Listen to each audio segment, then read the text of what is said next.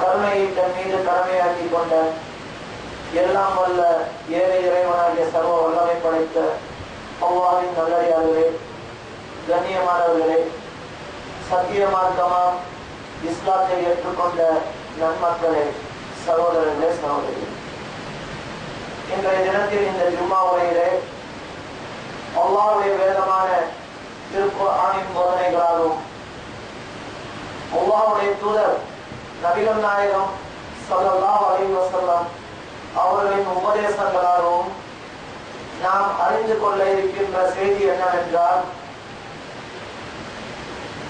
யுக முடிவு நாள், இறுதி நாளின் போது அதற்கான அடையாளங்கள் சிலது தோன்றும். அந்த அடையாளங்களை நீங்கள் காணும் போது முஸ்லிம்கள் எப்படி நடந்து கொள்ள வேண்டும் என்று அல்லாஹ்வுடைய தூதர் நபிகள் நாயகம் ஸல்லல்லாஹு அலைஹி வஸல்லம் அவர்கள் இறுதியான சில எச்சரிக்கைகளை, மிக மிக முக்கியத்துவம் வாய்ந்த, இன்னும் சொல்ல போனால் கடுமையான முறையில் சில எச்சரிக்கைகளை நமக்கு முன்னறிவிப்பாக செய்துவிட்டு சென்றிருக்கிறார்கள். அந்த எச்சரிக்கைகள் என்ன? எதை அவர்கள் முன்னறிவிப்பு செய்தார்களோ ஆச்சரியமான முறையில், இதில் ஆச்சரியம் எதுவும் இல்லை. ஏனென்றால் அல்லாஹ்வுடைய தூதர் ஸல்லல்லாஹு அலைஹி வஸல்லம் அவர்கள் எதை அல்லாஹ் அறிவித்து தந்தானோ அதை தான் முன்னறிவிப்பு செய்வார்கள். அவர்கள் எதை முன்னறிவிப்பு செய்தார்களோ அதனுடைய அடையாளங்கள், அவர்கள் முன்னறிவிப்பு செய்ததன் அடையாளங்கள் இன்றைய தினம் நாம் அந்த அடையாளங்களின் ஆரம்பத்தை பார்க்கக்கூடிய நிலையில் இருந்து கொண்டிருக்கின்றோம். அந்த அடையாளங்கள் என்ன, அதன் எச்சரிக்கைகள் என்ன, எதை அவர்கள் எச்சரித்தார்களோ அந்த காலகட்டத்தில் இப்போது நாம் சஞ்சரித்துக் கொண்டிருக்கின்றோம். அந்த எச்சரிக்கைகள் என்ன என்பதைத்தான் இன்ஷா அல்லாஹ் இந்த வார ஜும்மா உரையிலே நாம் அறிந்து கொள்ள இருக்கின்றோம். அந்த எச்சரிக்கைகளை நாம் காணும் போது நம்முடைய நடவடிக்கைகள் எப்படி இருக்க வேண்டும், இதுதான் மிக மிக முக்கியமான ஒரு விஷயம். ஆதம் அலைஹிஸ்ஸலாம் அவர்களிலிருந்து தோன்றி இறுதி நபியாக வந்த நபிகள் நாயகம் ஸல்லல்லாஹு அலைஹி வஸல்லம் அவர்கள் வரை இந்த உலக மக்களுக்கு இஸ்லாம் போதித்த, இஸ்லாம் எடுத்து வைத்த ஒரு சத்தியம் என்னவென்றால், இறைவன் என்பவன் அல்லாஹ் ஒருவன் தான். அவனை தவிர வேறு இறைவன் இருக்க முடியாது, இருக்கவில்லை. அவனை தவிர வணக்கத்திற்குரியவன் யாரும் இல்லை. இது முதல் செய்திங்க. இதைத்தான் அனைத்து நபிமார்களும் இந்த மக்களுக்கு கொண்டு வந்தார்கள். அடுத்தது என்ன? மறுமை என்ற அந்த வாழ்க்கையை நம்ப வேண்டும். ஒவ்வொரு மனிதனும் அந்த தீர்ப்பு, நியாய தீர்ப்பு நாளை சந்தித்தே ஆக வேண்டும். அப்படி சந்தித்ததற்கு பிறகு மறுமை என்ற சொர்க்கம், நரகம் என்ற நிரந்தர வாழ்க்கை, இதில் ஒவ்வொருவரும் உட்படுத்தப்பட வேண்டும். இந்த இரண்டு செய்திகளும் மிக மிக முக்கியமான ஒரு சத்தியத்தின் செய்திகள். இந்த மறுமையை பொறுத்தவரையில் அதற்கு முன்பு இந்த உலகத்திலேயே யுக முடிவு நாள் என்று ஒன்று இருக்கின்றது. அந்த மறுமை வருவதற்கு முன்பு இறுதி நாள், இந்த உலகத்திலே சில காரியங்கள் நடக்கும். அந்த யுக முடிவு நாள் வருவதற்கு முன்பு சில சம்பவங்களை முன்னறிவிப்பாக நபி ஸல்லல்லாஹு அலைஹி வஸல்லம் செய்துவிட்டு சென்றிருக்கிறார்கள். அந்த சம்பவங்கள் எப்படி நிகழும் என்றால், காலப்போக்கில் அந்த காலம் மாற மாற நிறைய விஷயங்கள் இங்கே அப்படியே வந்து கொண்டே இருக்கும். நவீனமாக, நவீன காலம்னு சொல்றாங்க இன்றைய காலகட்டத்தை. நவீன காலம் 100 வருடம் 50 வருடங்களுக்கு முன்பு இப்படிப்பட்ட ஒரு உலகம் இருந்துச்சான்னா கிடையாது. அப்ப இருந்த உலகம் வேறு மாதிரி இருந்தது. இப்பொழுது நாம் சந்திக்கக்கூடிய உலகம் வேறு மாதிரியாக இருக்கிறது, இல்லையா? நாம் இதை அறிந்த 10-20 வருடங்களுக்கு முன்பு இருந்த உலக வாழ்க்கை இப்ப இன்னைக்கு இருக்கான இல்லை. அந்த வாழ்க்கை வேறு மாதிரி இருந்தது, இன்றைக்கு நவீன வாழ்க்கை வேறு மாதிரி இருக்கிறது. இது யதார்த்தத்தில் நாம் புரிந்து வைத்திருக்கின்றோம். இப்படி இந்த நவீனங்கள் வர வர வர சில சம்பவங்களும் நடக்கும். எது நடந்தாலும் சரி, ஒரு முஸ்லிம் அடிப்படையா அந்த விஷயத்தை விட்டுற முடியாது. ஒண்ணு, அல்லாஹ் மட்டுமே ஏகத்துவம், அல்லாஹ் மட்டுமே வணங்க வேண்டும் என்ற ஏகத்துவம் இருக்கு பாத்தீங்கன்னா, ஒரே இறைவன் என்ற கொள்கை, இதுல விட்டு கொடுத்துட முடியாது. என்ன நடந்தாலும் சரி. அதே போல மறுமை வாழ்க்கையை விட்டு கொடுத்துட முடியாது. காலம் எப்படிதான் மாறட்டும், இதை விட்டுட முடியுமான்னா முடியாது. ஆனால் இதை விடக்கூடிய அளவுக்கு உங்களுக்கு சம்பவம் நடக்கும். ரசூல் ஸல்லல்லாஹு அலைஹி வஸல்லம் இந்த ஓரிரை கொள்கை இருக்கு பாத்தீங்கன்னா, இதை நீங்க அப்படியே கை கழுவி விட்டுடுவீங்க, உங்களை அறியாமலே இது நடக்கும். அப்படி சில விஷயங்கள் இருக்கின்றது என்பதைத்தான் நபிகள் நாயகம் ஸல்லல்லாஹு அலைஹி வஸல்லம் அவர்கள் மிக கடுமையான முறையில் எச்சரிக்கைகளை, இறுதி எச்சரிக்கைன்னு அதை சொல்லலாங்க.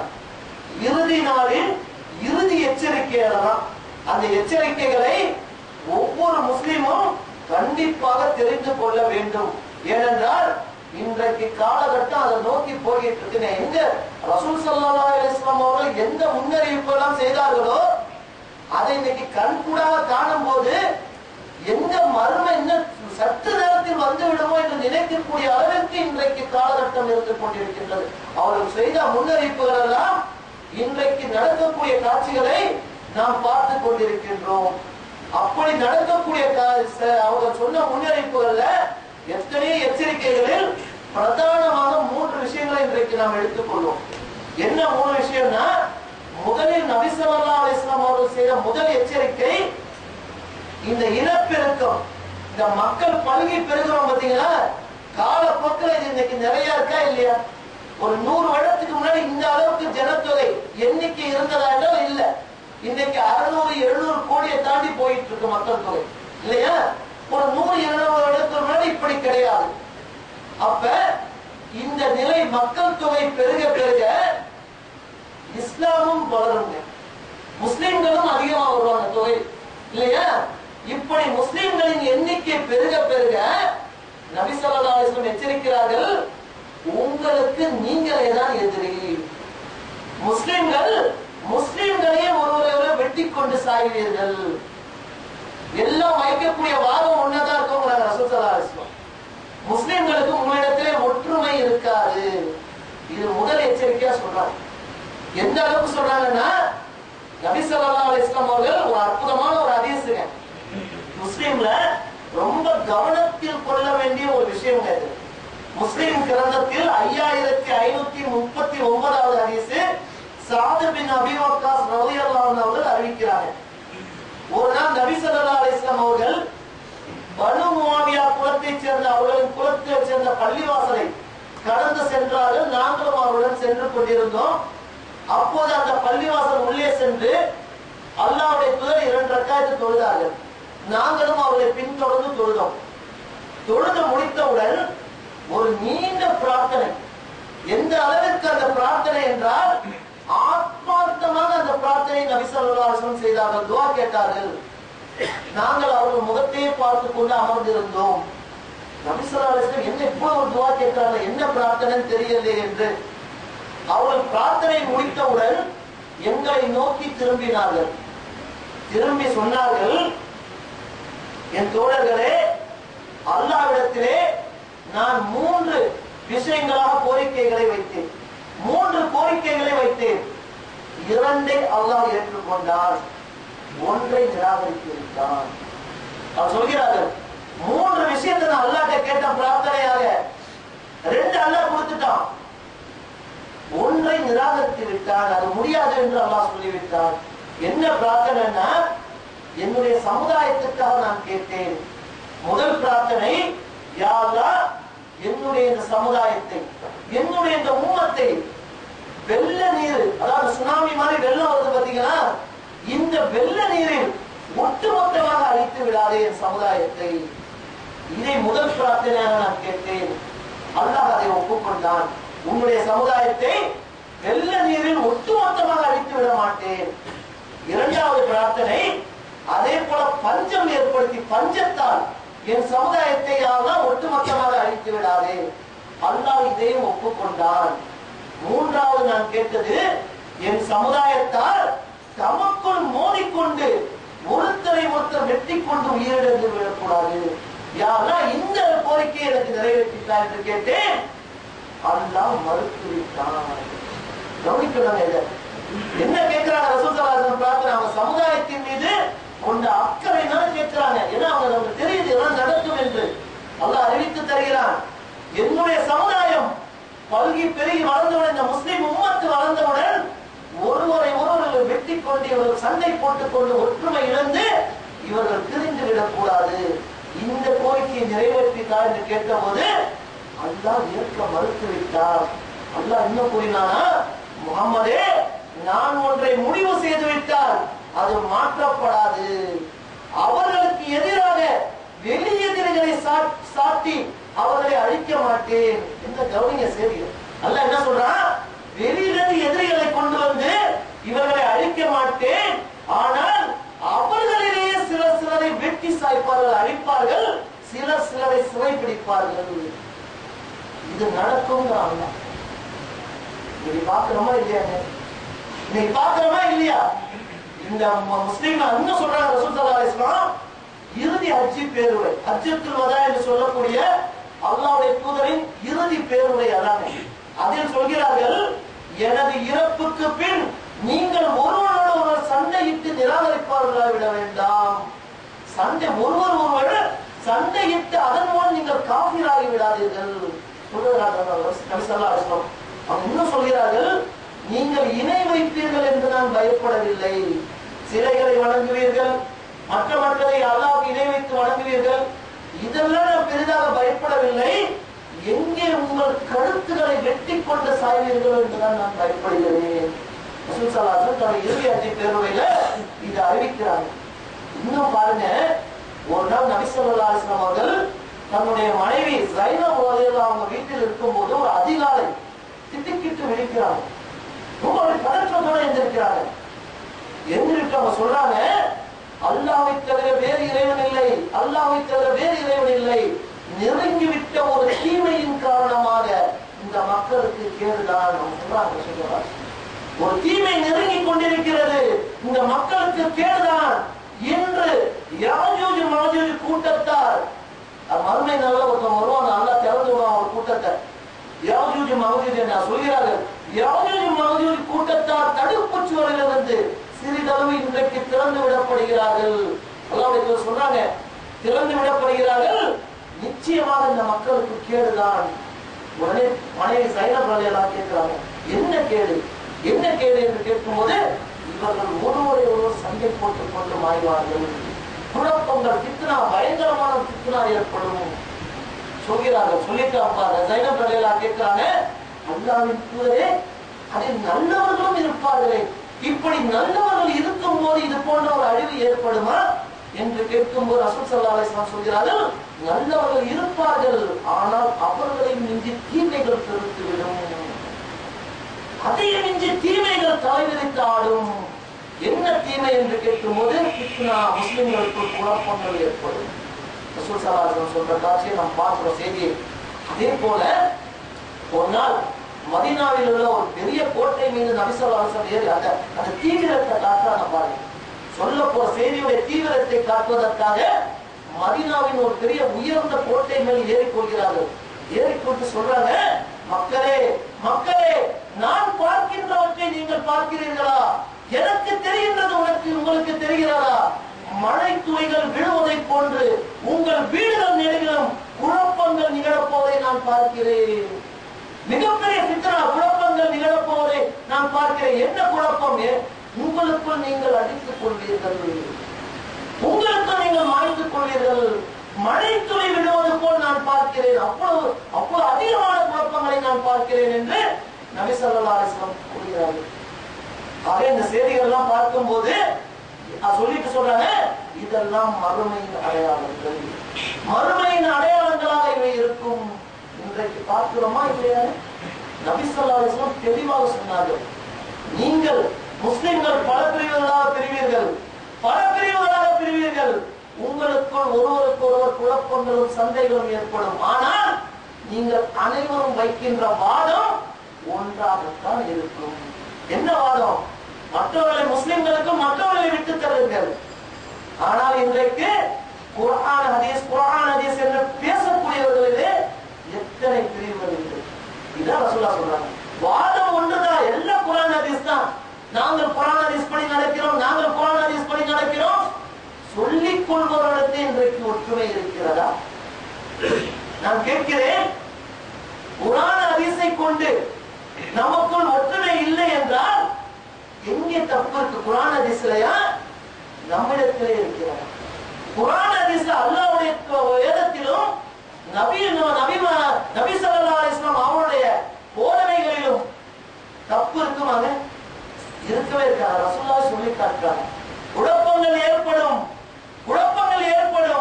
அதற்கு மார்க்கம் காரணமாக இருக்காது. இன்னும் தெளிவாக சொல்ற ரசூல் ஸல்லல்லாஹு அலைஹி வஸல்லம், உங்களுக்குள் பிரிவுகள் ஏற்படும், குழப்பங்கள் ஏற்படும், ஆனால் அதற்கு காரணம் உங்கள் மார்க்கமாக இருக்காது. யார் காரணம்? குர்ஆன் ஹதீஸ்ல நாங்கள் பின்பற்றுகிறோம் என்று சொல்லிக்கொண்டே இத்தனை பிரிவுகளும் இத்தனை சண்டைகளும் நிகழும் போது குர்ஆன் ஹதீஸ்ல தப்பு இருக்குதா? அதில் தவறே வராது. எங்கே தவறு இருக்கிறது? மன இச்சை தான் காரணம். மன இச்சை தான் காரணம். எதை நபி ஸல்லல்லாஹு அலைஹி வஸல்லம் அவர்கள் எச்சரித்தார்களோ இன்றைக்கு அதை பார்க்கிறோமா இல்லை? இன்னும் நபி ஸல்லல்லாஹு அலைஹி வஸல்லம் கூறுகிறார்கள், 2 முஸ்லிம்கள், கவனியுங்கள், 2 நபர்கள் அல்ல, நபி ஸல்லல்லாஹு அலைஹி வஸல்லம் தெளிவாகவே சொல்கிறார்கள், 2 முஸ்லிம்கள் தம் வாட்களால் தம்முடைய வாள்களால் ஒருவரை ஒருவர் சண்டையிட்டு மடிந்தால் கொன்றவர் கொல்லப்பட்டவர் 2 பேரும் நரகத்திற்கு செல்வார்கள். நபித்தோழர்கள் கேட்கிறார்கள், அல்லாஹ்வுடைய தூதரே, கொலை செய்தவர் சரி நரகத்திற்கு செல்வார், கொல்லப்பட்டவர் என்ன பாவம் செய்தார், அவரே நரகத்திற்கு செல்ல வேண்டும்? அல்லாஹ்வுடைய தூதர் தெளிவாக சொல்கிறார்கள், அவர் இவரை முந்திக் கொண்டார் அவ்வளவுதானே தவிர சந்தர்ப்பம் கிடைத்திருந்தால் அவரை கொல்ல வேண்டும் என்றால் இவரும் சண்டையிட்டார். எவ்வளவு அழகான ஒரு விஷயம் பாருங்க. 2 பேரும் சண்டையிட்டாங்கன்னா முதல்ல ஒருத்தர் கொலை பண்ணிட்டாங்கன்னா அவருக்கு முதல்ல சந்தர்ப்பம் கிடைச்சிடுச்சு. அந்த சந்தர்ப்பம் அவருக்கு இல்லை என்றால் இவர் அவரை கொலை பண்ணி இருப்பார். ஆக இருவரும் ஒருவரை ஒருவர் கொலை செய்ய வேண்டும் என்ற எண்ணத்துடனேயே சண்டையிட்டார்கள். ஆக இருவருமே நரகத்திற்கு செல்வார்கள். இன்னைக்கு பார்க்கிறோமா இல்லையா? வாட்களால் சண்டை போடவில்லை, வாய்களால் சண்டை போட்டுக் கொண்டிருக்கிறார்கள். பார்க்கிறோமா இல்லையா? இன்றைக்கு குர்ஆன் ஹதீஸை பின்பற்றுகிறோம் சொல்லக்கூடிய மக்கள் அத்தனை பேரும் எத்தனை பிரிவுகளில் சண்டை, வாட்களால் சண்டை போட முடியவில்லை. பார்க்கிறோம், இவர்கள் ஒரு பத்திரிகை நடத்தினா அதில் அவர்களை பற்றிய வசைப்பாடல், இவர்கள் ஒரு பத்திரிகை நடத்தினா அவர்களை பற்றிய வசைப்பாடல், எத்தனை ஃபித்னாக்களை பார்க்கிறோம். இருவருமே சொல்வதை நாங்கள் குர்ஆன் ஹதீஸை பின்பற்றுகிறோம். என்ன ஒரு முரண்பாடு! இப்படி சொல்வதற்கு சம்பந்தப்பட்ட நாம் வெட்கப்பட வேண்டுமா வேண்டாம்? குர்ஆன் ஹதீஸை பின்பற்றுகிறோம் என்று சொல்லிக்கொண்டே அந்த குர்ஆனும் ஹதீஸும் நம்மை ஒற்றுமைப்படுத்தவில்லை என்றால், அந்த அல்லாஹ்வுடைய வேதம் நம்மை ஒன்றிணைக்கவில்லை என்றால், இது அல்லாஹ்வுடைய தூதர் எச்சரித்த மறுமையின் அடையாளமா இல்லை? சிந்தித்து பாருங்கள். இதைதான் சொல்கிறார்கள். அப்போது கேட்கிறார்கள், அல்லாஹ்வுடைய தூதரே, இப்படிப்பட்ட ஒரு குழப்பம் நேரும் போது நாங்கள் என்ன செய்ய வேண்டும் என்று சொல்கிற நபித்தோழர் கேட்கிறார். அவருக்கு அக்கறை. இப்படி ரசூல் ஸல்லல்லாஹு அலைஹி வஸல்லம் அவர்கள் ஒரு முக்கியமான விஷயத்தை எச்சரித்தவுடன் அவர் கேட்கிறார், அல்லாஹ்வுடைய தூதரே, இப்படி முஸ்லிம்களுக்குள் பல பிரிவுகளாக பிரிந்து கொண்டு இது போன்ற ஒரு ஃபித்னா நடக்கும் போது நாங்கள் என்ன செய்ய வேண்டும்? ரசூல் ஸல்லல்லாஹு அலைஹி வஸல்லம் தெளிவாக சொல்கிறார்கள், அந்த நேரத்தில் அமைதியாக ஒதுங்கி விடுங்கள், எதிரில் நீங்கள் சேராதீர்கள் சொல்கிறார்கள். அப்பொழுது அதாவது உட்கார்ந்து கொண்டிருப்பவர் எழுந்து நடப்பவரை விடவும் ஓடுபவரை விடவும் சிறந்தவர்.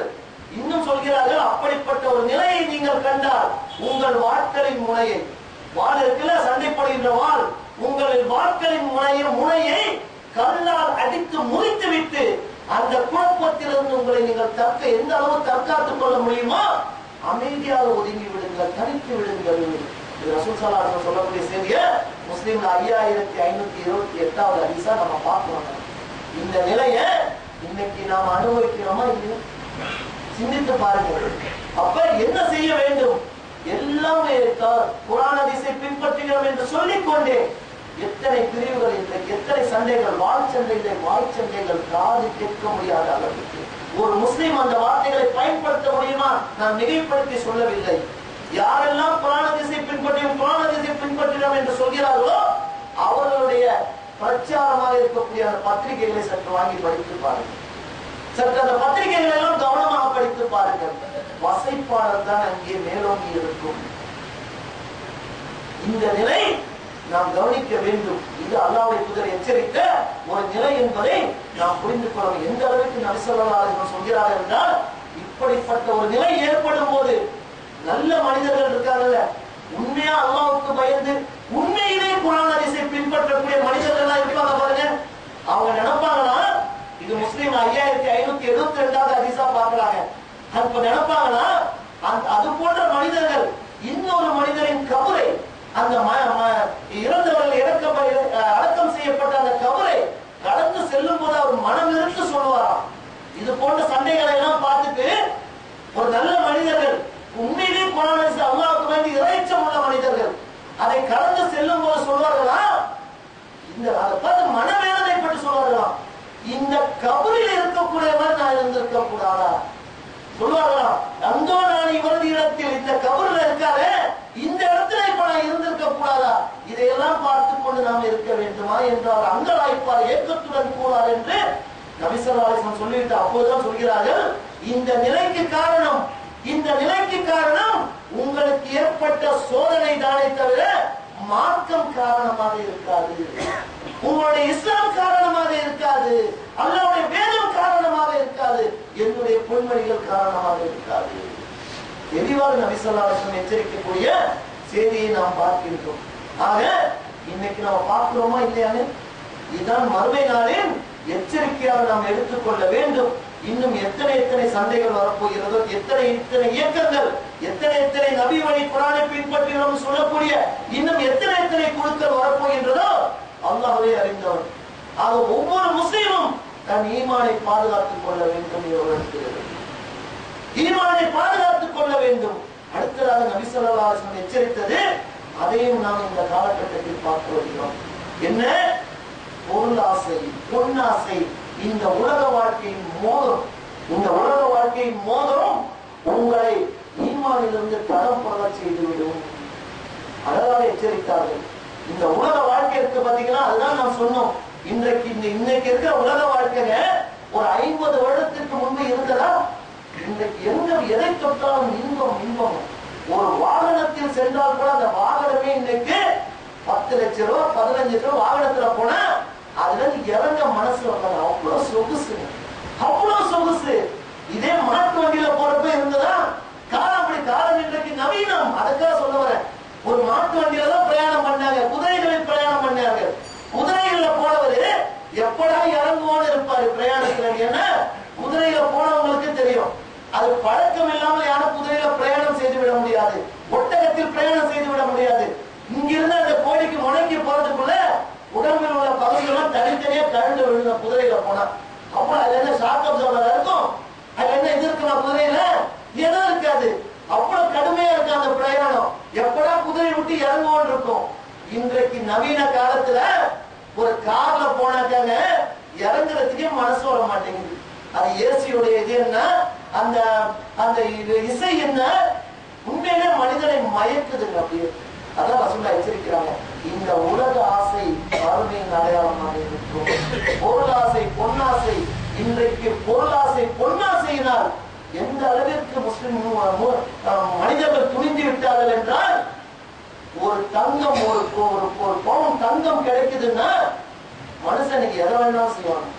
ஒரு 10 லட்சம் ரூபாய் அவ்வளவு வேண்டாம், 5000 ரூபாய் இன்னைக்கு கிடைக்குதுன்னா எதையும் செய்ய துணிந்து விட்ட நிலையை பற்றி பார்க்கிறோம். வியாபாரத்தில் மோசடி, துரோகம், மனிதர்களுக்குள் ஒருவருக்கொருவர் துரோகம், பொருளை ஒன்றுக்கு நூறாக கூட்டி விற்பது, சொத்துக்கள் அபகரிப்பு. பார்க்கிறோமா இல்லையா? காரணம் என்ன? ஆசை, பொருளாசை. இந்த உலகத்தை இன்பகமயமாக வாழ வேண்டும் என்ற பேராசை, அந்த பொருளாசை. பார்க்கிறோமா இல்லையா? இன்னைக்கு பார்க்கிறோம், ஒரு கிடைச்சது, ஏதாவது ஒண்ணு கிடைச்சதுன்னா மனுஷன் கொலை செய்வதற்கு தயாரா இருக்கான்.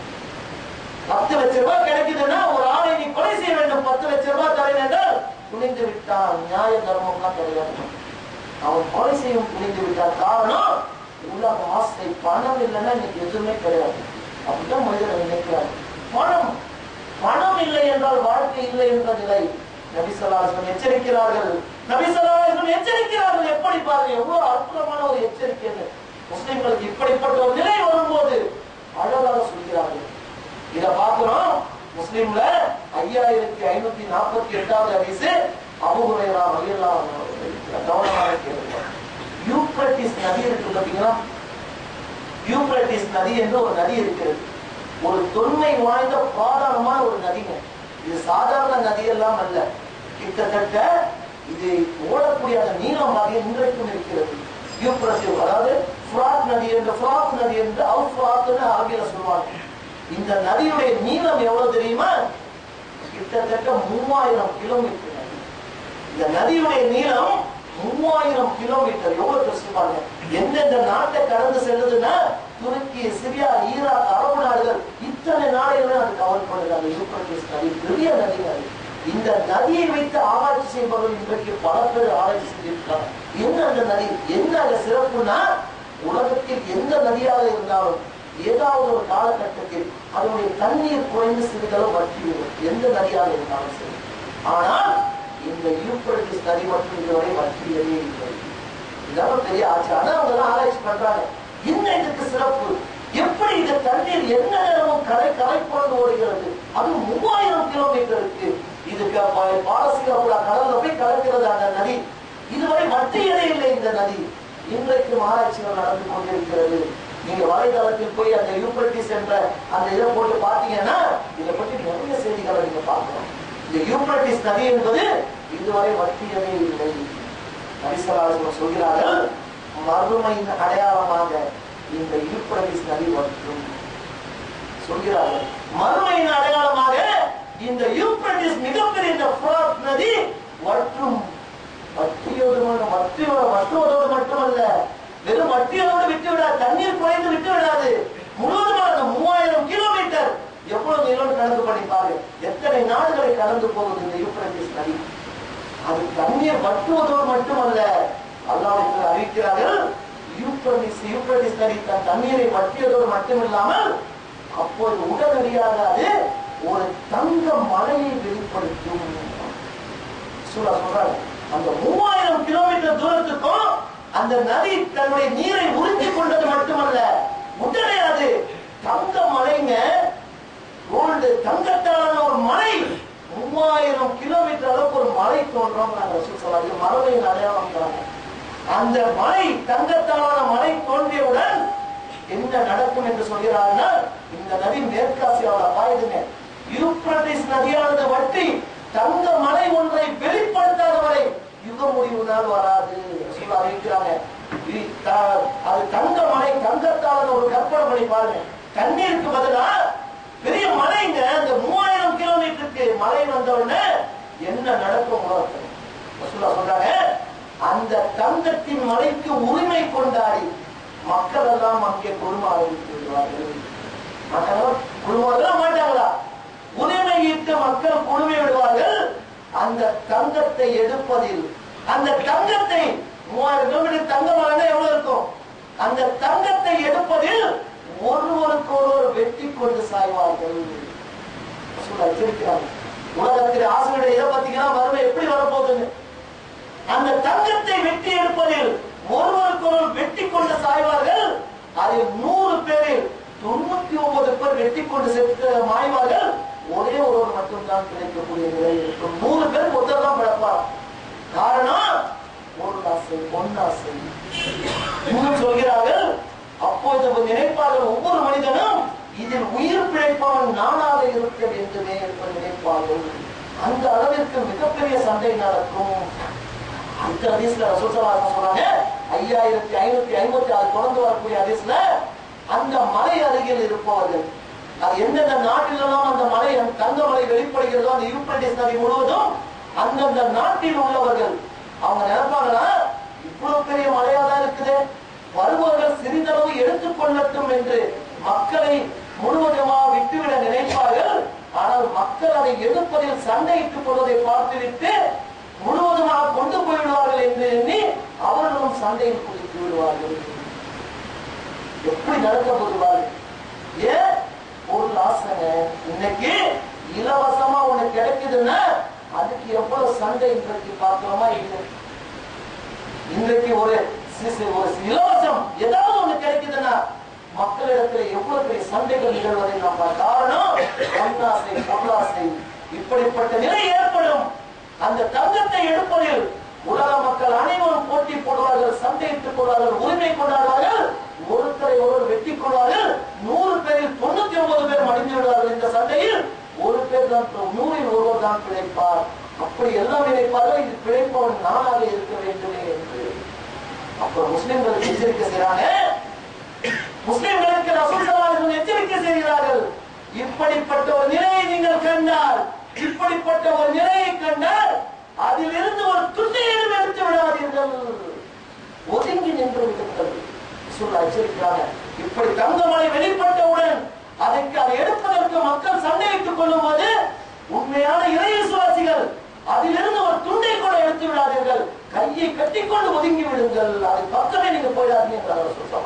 முஸ்லிம்களை நான் எச்சரிக்கிறேன், அதை நெருங்க வேண்டாம், அதிலிருந்து எதையும் எடுத்து விட வேண்டாம், ஒதுங்கி இருந்து விடுங்கள். தெரியுதானே? ஒரு பொன்னாசை பொருளாசையில நாம் அதை எடுத்து விட்டால் அல்லாஹ் சோதிக்கின்றான். மறுமை வருவதற்கு முதல் கட்டமாக பொன்னாசை பொருளாசை உலக ஆசை எவரிடத்திலே இல்லை, அல்லாஹ் சோதிக்கிறான். முதல்ல எதை சோதித்தான் அல்லாஹ்? ஒருவருக்கொருவர் முஸ்லிம்களுக்குள் வெட்டி கொண்டு சாய்வர்கள். இதில் யாரு சோதிக்கிறான்? அடுத்து எதை வச்சு சோதிக்கிறான்? இந்த உலக ஆசை, பொன்னாசை பொருளாசை உலக ஆசை உங்களை எந்த அளவிற்கு இறை நம்பிக்கையிலிருந்து கொண்டு போய்விடும். தங்கத்தாலான மலை ஒன்று வெளிப்படுத்தப்படும் போது நீங்கள் என்ன செய்ய போகிறீர்கள்? அதை வெட்டி எடுப்பதற்காக ஓடி மாய் சாக போகிறீர்களா? இல்லை, அல்லாஹ்வுடைய தூதர் எச்சரித்தது போல் இந்த உலக வாழ்க்கை பெரிதல்ல, தங்க மலை என்ன அதைவிட பெரிதாக எது வந்தாலும் சரி, இந்த உலக ஆசையில மறுமை ஒன்றுதான், மறுமை ஒன்றுதான் எங்களுக்கான வாழ்க்கை என்று எத்தனை பேர் ஒதுங்கி இருக்க போகிறோம்? இதைத்தான் அல்லாஹ்வுடைய தூதர் ஸல்லல்லாஹு அலைஹி வஸல்லம் அவர்கள் மிக மிக தெளிவாக எச்சரிக்கிறார்கள். ஸுய்யின லில்லதீன கஃபரு ஹயாத்துத் துன்யா. அல்லாஹ் தெளிவா சொல்றான், நிராகரிப்பாளர்களுக்கு இந்த உலக வாழ்க்கை அழகாக்கப்பட்டுள்ளது. காபிர்களுக்கு தான் இந்த உலக வாழ்க்கை, தங்கமே வந்தாலும் சரி எது வந்தாலும் சரி அது யாருக்கு அழகு? காபிர்களுக்கு எல்லாம் அது அழகாக தெரியலாம். ஒரு இறை விசுவாசிக்கு அதெல்லாம் ஒரு பெரிய பொருட்டாகவே இருக்கக்கூடாது. தங்க மலையா நீ போய் எடுத்துக்கொண்டு அடித்துக் கொண்டு விட. அல்லாஹ்வுடைய தூதர் எச்சரித்திருக்கிறார், இந்த உலக வாழ்க்கை எனக்கு தேவையில்லை, எனக்கு மறுமையின் வாழ்க்கை தேவை என்று. இன்னும் எந்த அளவுக்கு ரசூல் ஸல்லல்லாஹு அலைஹி வஸல்லம் சொல்கிறார் என்றால், என் உயிர் எவன் கையில் உள்ளதோ அந்த இறைவன் மீது சத்தியமாக மக்களுக்கு ஒரு காலம் வரும், மக்களுக்கு ஒரு காலம் வரும் அன்று கொலை செய்தவனுக்கு தான் எதற்காக அவனை கொன்றோம் என்றும் தெரியாது, கொல்லப்பட்டவனுக்கு தான் எதற்காக கொல்லப்பட்டோம் என்றும் தெரியாது. அந்த அளவிற்கு கொலை பெருகும். அப்புறமா இல்லையா, சாதாரண பணத்திற்காக ஒன்று மரியாதை. இன்றைக்கு சமீப காலத்தில் தினசரிகளை எடுத்து வைத்து பாருங்கள், கடந்த 2-3 மாத தினசரிகளை எடுத்து வைத்து பாருங்கள். நான் மிகைப்படுத்தி சொல்லவில்லை. ஒரு சாதாரண பணத்திற்காக எத்தனை பச்சிலம் பாடகங்கள் கடத்தப்பட்டு கொலை செய்யப்பட்டார்கள் தெரியுமா? எடுத்து பாருங்க. 7 வயசு 8 வயது 10 வயது சிறுவர்கள் கடத்தப்பட்டு பணம் தவறில்லை என்பதால் மாட்டிக்கொள்வோம் என்ற பயத்தில் அந்த சிறுவர்கள் கொலை செய்யப்பட்டு புதைக்கப்பட்ட செய்திகளை பார்த்தோமா இல்லையா? கொன்றவனுக்கும் தெரியவில்லை ஏன் கொன்றோம் என்று, கொல்லப்பட்ட அந்த சிறுவனுக்கும் தெரியவில்லை தான் ஏன் கொல்லப்பட்டோம் என்று. அல்லாஹ்வுடைய எச்சரித்ததை பற்றி பார்க்கின்றோமா இல்லையா? அதை ரசூல் ஸல்லல்லாஹு அலைஹி வஸல்லம் இன்னும் தெளிவாக சொல்கிறார்கள். மூன்றாவதாக நபி ஸல்லல்லாஹு அலைஹி வஸல்லம் எச்சரித்தது, இணை வைப்பின் நவீன சாயல்கள் உருவாகும். அல்லாஹ்வுடைய எச்சரிக்கிறார்கள், இணை வைக்கிறோம்ல, இந்த இணை வைப்புல நவீனமாக தோன்றும் பல விஷயங்கள், இதில் நீங்கள் மாற்றிக்கொள்ளாதீர்கள். இதற்கு பார்க்கலாமா இல்லையாங்க? இணை வைப்பு என்பது இன்றைக்கு எப்படிதான் இருக்குன்னா, இன்றைக்கு யோகா சொல்லி கொடுத்த ஒரு மாஸ்டர் இருந்தார்னா அவர் இன்றைக்கு கடவுள். யோகா சொல்லி கொடுக்குறாங்க, அதை கொஞ்சம் நுனிநாக்கு ஆங்கிலம் பேசி ஆன்மீக அடையாளம் கொண்டு, ஒரு தாடி அது போன்ற ஆன்மீக அடையாளம் கொண்டு இந்த யோகா சொல்லி கொடுத்த அந்த மாஸ்டர் எல்லாம் இன்றைக்கு கடவுள். அப்புறமா இல்லையா, சொல்ல நவீன சாயல்கள் ஏற்படும் நினைவைக்கு இது நீங்கள் விரும்பி விடாதீர்கள். எந்த அளவுக்குன்னா, யாராவது ஒரு மனிதர் ஒரு அற்புதத்தை செய்து காட்டினார், எலுமிச்ச பழத்தை வர வச்சு உனக்கு பிள்ளை இருக்கும் என்று கொடுத்தால் அவர் கடவுள். பார்க்கலாமா இல்லையா? அற்புதம். அதே போல முஸ்லிம்களை எடுத்துக்கொண்டால் கபரில் அடங்கியவர்கள் என்பதற்கு கடவுள்கள்.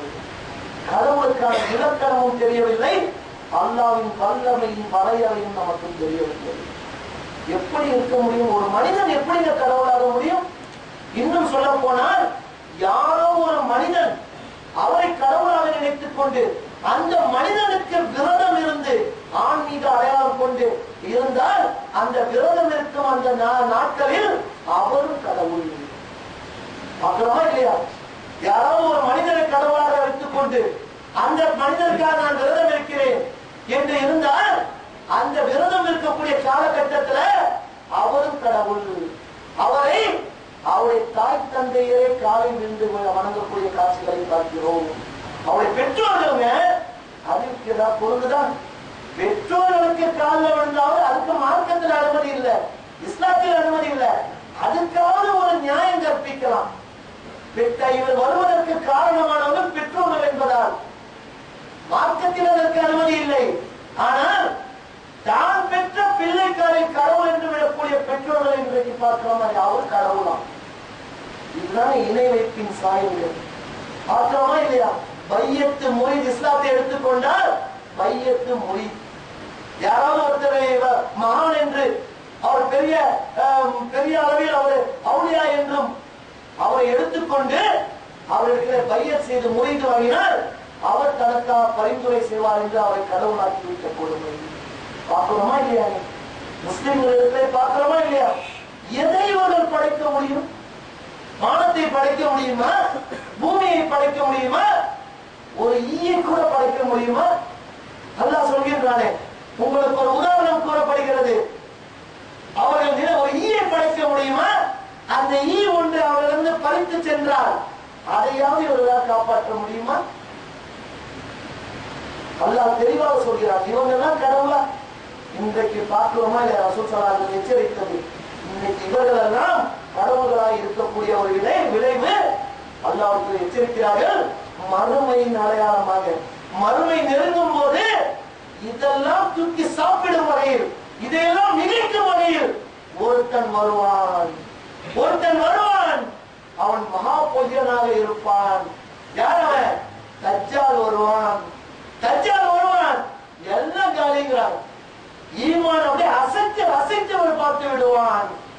இன்றைக்கு எதையெல்லாம் இந்த மனிதர்கள் அற்புதம் என்று செய்து காட்டுகிறார்களோ அதையெல்லாம் உண்மையிலே அவன் செய்து காட்டுவான். தஜ்ஜால் இறைவனுடைய வல்லமை ஏதோ அதையெல்லாம் அவன் செய்து காட்டுவான். அல்லாஹ்வுடைய கட்டளை கொண்டு தஜ்ஜால் வரப்போகிறான். அதான் மறுமை நாளின் அடையாளம். அந்த தஜ்ஜால் வரும்போது நம்முடைய நிலை என்ன? தூக்கி வாரி போடுகிறோம். ஹதீஸ்களை பார்த்தா நமக்கு தூக்கி வாரி போடுகிறது. நம்ம எல்லாம் அப்படியே தடம் போட்டு வருவோம். அந்த அளவிற்கு செய்திகளை நாம் பார்க்கிறோம். அதனால்தான் நபி ஸல்லல்லாஹு அலைஹி வஸல்லம் ஒவ்வொரு தொழிலும் அத்தகையாத்தில் தஜ்ஜாலின் குழப்பத்திலிருந்து பாதுகாப்பு தேட நமக்கு சொல்லி தந்தார்கள். கேட்கிறோமா இல்லையா? தஜ்ஜாலின் குழப்பத்திலிருந்து பாதுகாப்பு தேடி என்றால் குழப்பம் என்றால் சாதாரண குழப்பமாக இருக்காது. தஜ்ஜாலுடைய வருகை எப்படி இருக்கும்? நடக்கக்கூடிய சம்பவங்கள் என்ன? பயங்கரத்திலும் பயங்கரமாக இருக்கும். எல்லாம் இன்றைக்கு அதனுடைய அடையாளத்தின் பற்றி நாம் பார்க்கின்றோம். இன்ஷா அல்லாஹ் அல்லாஹ் நாடினால் அடுத்த வார ஜும்மா உரையில் தஜ்ஜாலின் வருகை எப்படி இருக்கும், எப்படி அவனை ஈமானை எல்லாம் அசைத்து பார்ப்பான், முஸ்லிம்கள் அப்படி எப்படி இருக்க வேண்டும், அவனை கொண்டு வரக்கூடிய ஈசா அலைஹிஸ்ஸலாம் இயேசுநாதர் என்று சொல்லக்கூடிய ஈசா நபி எப்படி வருவார்கள், என்னென்ன சம்பவங்கள் நடக்கும், உண்மையிலே நம்மை அப்படியே தூக்கி மெய்சிலிருக்க வைக்கக்கூடிய அந்த விஷயங்கள் உண்மை அல்லாஹ்வுடைய சத்தியத்தை தான் சொன்னார்கள், கொண்டு வந்தார்கள். இன்ஷா அல்லாஹ் அல்லாஹ் நாடினால் அடுத்த ஜும்மா உரையில் தஜ்ஜாலின் வருகை குறித்தும் அப்போது நடக்கக்கூடிய அந்த குழப்பங்கள் குறித்தும் அந்த குழப்பங்களிலிருந்து எப்படி முஸ்லிம்கள் தங்களை தற்காத்துக் கொள்ள வேண்டும் என்று நபிகள் நாயகம் ஸல்லல்லாஹு அலைஹி வஸல்லம் நமக்கு எச்சரிக்கை செய்தார்கள் என்பது குறித்தும் இன்ஷா அல்லாஹ் நாம் இந்த எச்சரிக்கையின் உச்சகட்டமாக தான் ரசூல் ஸல்லல்லாஹு அலைஹி வஸல்லம் சொல்றாங்க, யுக முடிவின் அடையாளமாக ஒருத்தன் வருவான். இதான் உச்சம். யார் என? தஜ்ஜால் என்பவன் வருவான். இதுதான் யுக சொன்னாங்க. இந்த தஜ்ஜாலை குறித்து எச்சரிக்கை செய்யாத நபி தூதர்கள் இறை தூதர்களே கிடையாது. ரசூல் ஸல்லல்லாஹு அலைஹி வஸல்லம் குறிப்பிடுகிறார்கள், அனைத்து இறை தூதர்களும் தன்னுடைய சமுதாயத்தாருக்கு தஜ்ஜால் குறித்து எச்சரித்திருக்கிறார்கள். நானும் எச்சரிக்கிறேன், நீங்கள் மிக மிக கவனமாக இருங்கள். ஏனென்றால் தஜ்ஜாலை பற்றி நாம் தெளிவாக தெரிந்து கொள்ள வேண்டும் என்றால் இன்றைக்கு பார்க்கிறோம் எதெல்லாம் தஜ்ஜால் உடைய அடையாளங்களாக யுகமொழியின் அடையாளங்களாக இருக்குமோ அவை அனைத்தையும் அதனுடைய சாயல்களை இன்றைக்கு நாம் பார்த்துக் கொண்டிருக்கின்ற நிலைமை இருக்கின்றது. எந்த அளவுக்குன்னா நபி ஸல்லல்லாஹு அலைஹி வஸல்லம் கூறுகிறார்கள், ஆதம் படைக்கப்பட்டது முதல் மனிதர் ஆதம் அலைஹிஸ்ஸலாம் படைக்கப்பட்டது முதல் அந்த இறுதி நாள் உலக அழிவு நாள் வரும் வரையில் தஜ்ஜால் விஷயத்தை தவிர பெரிய விஷயம் எதுவும் இல்லை. கவனிக்க வேண்டும். விசவாசம் கூறுகிறார்கள், ஆதம் படைக்கப்பட்டது முதல் உலக அழிவு நாள் ஏற்படும் வரை தஜ்ஜால் தான் மிகப்பெரிய விஷயமா உங்களுக்கு இருக்கும், மிகப்பெரிய சோதனையாக இருக்கும் என்று அல்லாஹ்வுடைய தூதர் ஸல்லல்லாஹு அலைஹி வஸல்லம் அவர்கள் எச்சரிக்கக்கூடிய செய்தியை பார்க்கிறோம். பொதுவாக தஜ்ஜால் என்று பேசும்போது பல மாதிரியா பல சொல்லுவாங்க. நம்ம தெளிவா தெரிஞ்சுக்கணும், இது ஒரு கடுமையான எச்சரிக்கை. எப்படி சொல்லுவாங்கன்னா, தீய சக்திகளை தஜ்ஜாலை உருவகப்படுத்தினாங்க. எப்படி என்றால் சில வருடங்களுக்கு முன்பு இந்த உலகம் பிரிட்டனுடைய கையில் பாதி அளவுக்கு இருந்தது அவங்களுடைய ஆதிக்கத்தில். அப்போது என்ன சொன்னார்கள் என்றால், பிரிட்டன் தாங்க தஜ்ஜால் என்று உருவகப்படுத்தினார்கள். இன்னும் என்ன சொன்னாங்கன்னா, இஸ்ரேல் பிரதமர் மோசே தயான் ஒருத்தர் இருந்தார், அவனை குறித்து இவன் தாங்க தஜ்ஜால். இதெல்லாம் நம்ம தெரிந்து கொள்ள வேண்டும். சமீபத்தில் ஜாதி முஸ்லிம் தஜ்ஜால் இவன் தாங்க தஜ்ஜால், அல்லாஹ்வுடைய தூதர் எச்சரித்த தஜ்ஜால் இவன் தான் என்றார்கள். அது கிடையாது. தெளிவான செய்திகளை தெரிந்து கொண்டால் தஜ்ஜால் என்பவன் தீய சக்திகளின் உருவகம் அல்ல, அவன் ஒரு முழுமையான மனிதன். தஜ்ஜால் அல்லாஹ்வுடைய தூதர் எச்சரித்த தஜ்ஜால் என்பவன் தீய சக்திகளின் உருவகம் அல்ல, அவன் ஒரு முழுமையான மனிதன். ஏனென்றால் அல்லாஹ்வுடைய தூதர் அவன் எப்படி இருப்பான் என்று தெள்ள தெளிவாக நமக்கு சொல்லி இருக்கிறார்கள். ஒரு கண் ஊனமுற்றவனாக இருப்பான், மற்றொரு கண் பச்சை நிற கண்ணாடி கற்கள் போன்று மின்னும், ஊனமுற்ற கண்ணின் மூக்கை ஒட்டிய ஓரத்தில் கடினமான சதை கட்டி ஒன்று தென்படும், இரண்டு கண்களுக்கிடையே காஃபிர் என்று எழுதப்பட்டிருக்கும், நீங்கள் அனைவரும் அது படிப்பது போல இருக்கும், நீங்க எல்லாம் படிக்கலாம். அந்த அளவுக்கு தெளிவாக எழுதப்பட்டிருக்கும். சிவந்த நிறமுடையவனாக இருப்பான், திட்டகாத்திரமான உடலமைப்புடன் இருப்பான். இது போன்ற உருவமைப்பு இருந்தாலும் அவன் கவர்ச்சிகரமானவனாக இருப்பான். ரசூலுல்லாஹ் இவ்வளவு சொல்லி காட்டுறாங்க. தஜ்ஜால் என்பவன் ஒரு முழு மனிதன் என்பதை நாம் புரிந்து கொள்ள வேண்டும். இதை அல்லாஹ்வுடைய தூதர் இன்னும் சொல்றாங்க, தஜ்ஜால் எப்படி இருப்பான் என்றால் அவன் இஸ்பஹான் பகுதியைச் சேர்ந்த யூதர்களில் ஒருவனாக தஜ்ஜால் வெளிப்படுவான். யூதர்களான தஜ்ஜால் என்பவன் இஸ்பஹான் என்ற பகுதியைச் சேர்ந்த யூதர்களில் ஒருவனாக தஜ்ஜால் வெளிப்படுவான் என்று நபி ஸல்லல்லாஹு அலைஹி வஸல்லம் நிறைய அந்த உருவகம் தருகிறார்கள் தஜ்ஜால் எப்படி இருப்பான் என்று. இங்கே நாம் ஒரு விஷயத்தை தெளிவாக புரிந்து கொள்ள வேண்டும். தஜ்ஜால் என்பவன் வரும்போது தன்னை இறைவன் என்று வாதி சொல்லுவான், நான் தான் அல்லாஹ்னு சொல்லுவான். இது நமக்கு தெரியும். இதே போல இன்னும் 2-3 பேர் சொல்லியிருக்காங்க. யாரு? ஃபிரௌன் சொல்லியிருக்கான். ஃபிரௌன் நான் தான் இறைவன் என்று வாதித்தான். நம்ரூத் மன்னன் வாதித்தான். இந்த இருவருக்கும் தஜ்ஜாலுக்கும் ஒரு அடிப்படை வித்தியாசம் இருக்குங்க. அவன் இறைவன் சொல்லி தன்னை இறைவன் என்று சொல்லி அழித்து போனார்கள் நரகத்திற்கு, நிரந்தர நரகத்திற்கு, ஃபிரௌனும் நம்ரூத்தும். இதே தஜ்ஜாலுக்கும் அவங்களுக்கும் அடிப்படையில் ஒரு முக்கியமான வித்தியாசம் இருக்கு. என்னன்னா, அவர்கள் வந்து போய்விட்டார்கள். ஃபிரௌனும் நம்ரூத்தும் அவருடைய கதை முடிந்து விட்டது. தஜ்ஜால் இனிதான் வரப்போகிறான். ஆனால் தஜ்ஜால் இன்றைக்கும் உயிருடன் இருக்கிறான். தஜ்ஜால் என்பவன் இன்றைக்கும் ஒரு இடத்தில் இருக்கிறான். ஃபிரௌன் வந்துட்டு போயாச்சு. ஃபிரௌன் மனிதனாக பிறந்தான், வந்துவிட்டு போயாயிட்டது. தஜ்ஜாலும் அப்படித்தான் வரப்போகிறான். தஜ்ஜால் இனிமேதான் பிறக்க போறானா? இல்லை, தஜ்ஜால் ஏற்கனவே பிறந்து இன்றைக்கும் ஒரு இடத்தில் இருக்கிறான். வெளிப்பட்டு வர வேண்டியதுதான் பாக்கிங்க. எங்க என்ன ஆதாரம் பாத்தீங்கன்னா, முஸ்லிம்ல 5638 ஒரு நீண்ட ஹதீஸ்ங்க. ஃபாத்திமா பின்த் கைஸ் ரலியல்லாஹு அன்ஹா அவங்க அறிவிக்கிறாங்க, ஒரு முறை தொழுகை நேரத்திற்கான அழைப்பு கொடுத்தவுடன், அந்த ஹதீஸ பாருங்க, நல்ல தெளிவா கவனிங்க. அதை அழைப்பு கொடுத்தவுடன் அவங்க பெண்மணி, அவங்களாம் ஜமாத்துக்கெல்லாம் போவாங்க, பெண்களும். அப்ப தொழுகைக்கான அழைப்பு கொடுத்தவுடன் நாங்கள் பள்ளிவாசலுக்கு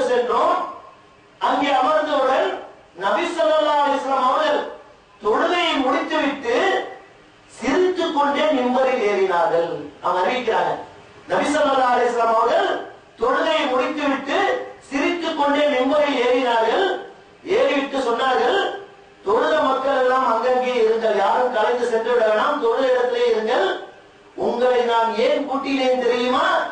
அல்லாஹ்வின் மீது ஆணையாக அச்சமூட்டுவதற்காகவோ ஆர்வமூட்டுவதற்காகவோ அல்ல, ஒரு முக்கியமான செய்தியை உங்களிடத்திலே இன்று சொல்ல வேண்டியுள்ளது. என்னவென்றால், அப்போது ஒரு நபர், கிறிஸ்தவத்தை சேர்ந்த ஒரு நபர் வந்திருக்கிறார். அவருடைய பெயர் தமீமுத்தாரி. அவர் கிறிஸ்தவத்தை சேர்ந்தவர், கிறிஸ்தவ சமுதாயத்தை சேர்ந்தவர். அவர் அந்த பள்ளிக்கு வந்திருக்கிறார். இதற்கு முன்பு அல்லாஹ்வை சந்தித்து பேசியிருக்கிறார். அவரை சுட்டிக்காட்டி சொல்கிறார்கள், இது வந்திருக்கிறாரே தமீமுத்தாரி, இவர் கிறிஸ்தவராக இருந்தார், இப்போது இஸ்லாத்தை ஏற்றுக்கொண்டார். தஜ்ஜால் பற்றி ஒரு செய்தியை என்னிடத்திலே சொன்னார். அவர் சொல்றாங்க, தஜ்ஜால் பற்றி ஒரு உண்மை செய்தி இவர் என்னிடத்திலே பகிர்ந்து கொண்டார். இவர் சொன்னது உண்மை. ரசூலுல்லாஹ் அங்கீகாரம் கொடுக்கிறாங்க அந்த செய்திக்கு. இவர் சொன்னது உண்மைதான் என்று சொல்லிட்டு சொல்ல என்னவென்றால், அந்த தமீமுத்தாரி சொல்றாங்க, என்ன நடந்துச்சு சொல்லுங்க என்று சொல்லும் போது அவர் சொல்கிறார், நான் லக்கும் மற்றும் ஜுதாம் குலத்தை சேர்ந்த 30 பேருடன், அவர் அறிவிக்கிறார், சொல்றார் செய்தியை, 30 பேருடன் ஒரு கப்பலில் ஏறி பிரயாணம் மேற்கொண்டோம். அப்பொழுது பயங்கர கடல் அலை ஏற்பட்டு எங்கள் கப்பல் அலைக்கழிக்கப்பட்டு, கடல் அலைகளால் அலைக்கழிக்கப்பட்டு நாங்கள் அங்கே கவிழ்ந்து ஒரு மேற்கு திசையில் ஒரு தீவுக்கு அருகே எங்கள் கப்பல் கலைகளால் அலைக்கழிக்கப்பட்டவுடன் நாங்கள் ஒரு சிறிய மரக்கலத்தில் ஏறி அந்த பக்கத்தில் உள்ள ஒரு தீவுக்கு சென்றோம். மேற்கு திசையில் உள்ள ஒரு தீவுக்கு சென்றோம். அந்த தீவில் நாங்கள் இறங்கியவுடன் ஒரு பிராணி எங்களை, ஒரு அதிசயமான பிராணி எங்களை எதிர்கொண்டது. அது உடம்பு முழுவதும் முடியாது இருந்தது. அது உடம்பு முழுவதும் முடியாது இருந்தது. அதனால் அதனுடைய முன்பக்கம் எது பின்பக்கம் எது என்று கூட எங்களுக்கு தெரியவில்லை. அப்படிப்பட்ட ஒரு பிராணியை நாங்கள் பார்த்தோம். அதை பார்த்தவுடன் நாங்கள் பயந்து அதனிடத்திலே சொன்னோம், உனக்கு நாசம் உண்டாகட்டும், நீ யார் என்று கேட்டோம். உடனே அந்த பிராணி பேசியது. அவர் அறிவிக்கிறார், உடனே அந்த பிராணி பேசியது. என்ன பேசியது என்றால், நான் தான் ஜஸ்ஸாசா, என்னுடைய பெயர், அந்த பிராணி பேசுதுங்க, என்னுடைய பெயர் ஜஸ்ஸாசா. உங்களை நான் எதற்காக சந்தித்தேன் என்றால், பக்கத்தில் உள்ள ஒரு ஆலயத்தில், ஒரு மண்டபத்தில் ஒரு மனிதர் இருக்கிறார். அவர் உங்களை சந்திப்பதற்கு ஆவலாக இருக்கிறார். நீங்கள் போய் அவரை சந்தியுங்கள். அந்த பிராணி பேசுது. அந்த மொழி நிறைந்த அந்த அதிசய பிராணி இவரிடத்தை பேசுது.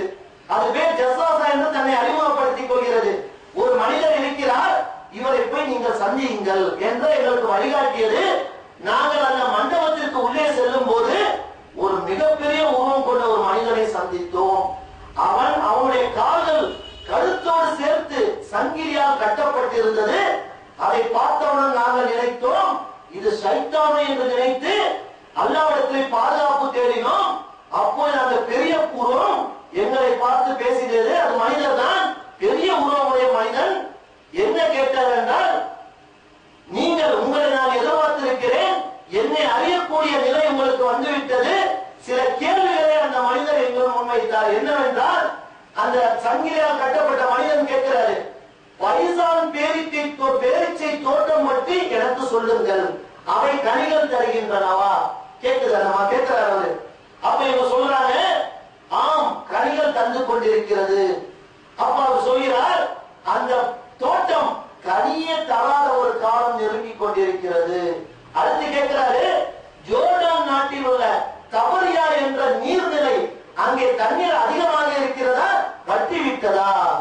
இவர்கள் சொல்கிறார்கள், இல்லை, தண்ணீர் அதிகமாக இருக்கிறது.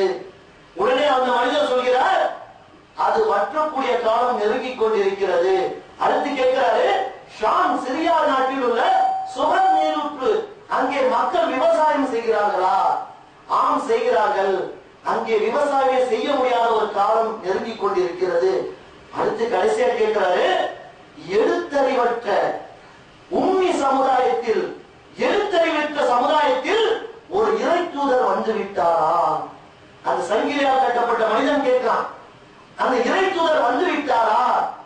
நாங்க சொன்னோம், ஆம் வந்து விட்டார், மக்காவில் தோன்றிவிட்டார் என்று சொன்னவுடன் அவர் இப்போது என்ன செய்து கொண்டிருக்கிறார்? அவர் மக்காவில் இருந்து புறப்பட்டு யஸ்ரிபில் மதீனாவில் தங்கி இருக்கிறார். ஹிஜ்ரத் செஞ்சு வந்துட்டாங்க. ரசூலுல்லாஹ் செய்தியை சொல்றாங்க, மதீனாவில் தங்கி இருக்கிறார் என்று கேட்டவுடன் அந்த மனிதன் கேட்டான், அவருக்கும் இறை நிராகரிப்பாளர்கள் இடையே போர் நடந்ததா? நடந்தது. இதில் யார் வெற்றி பெற்றார்கள்?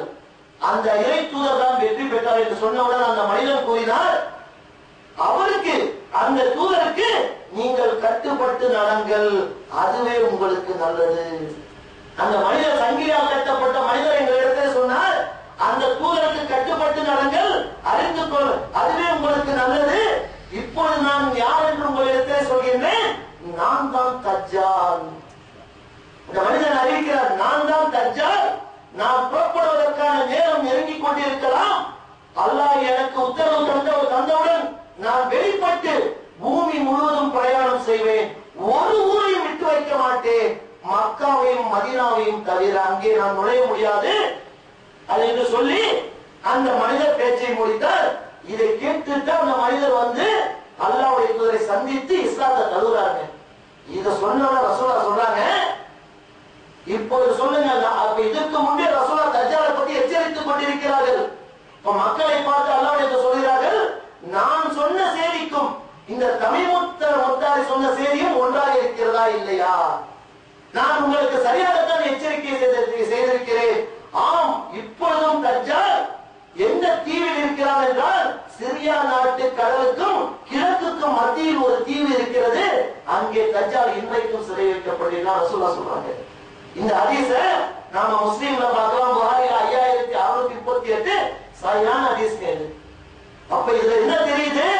தஜ்ஜால் என்பவன் சிறை வைக்கப்பட்டிருக்கிறான், இன்றைக்கும் இருக்கிறான்.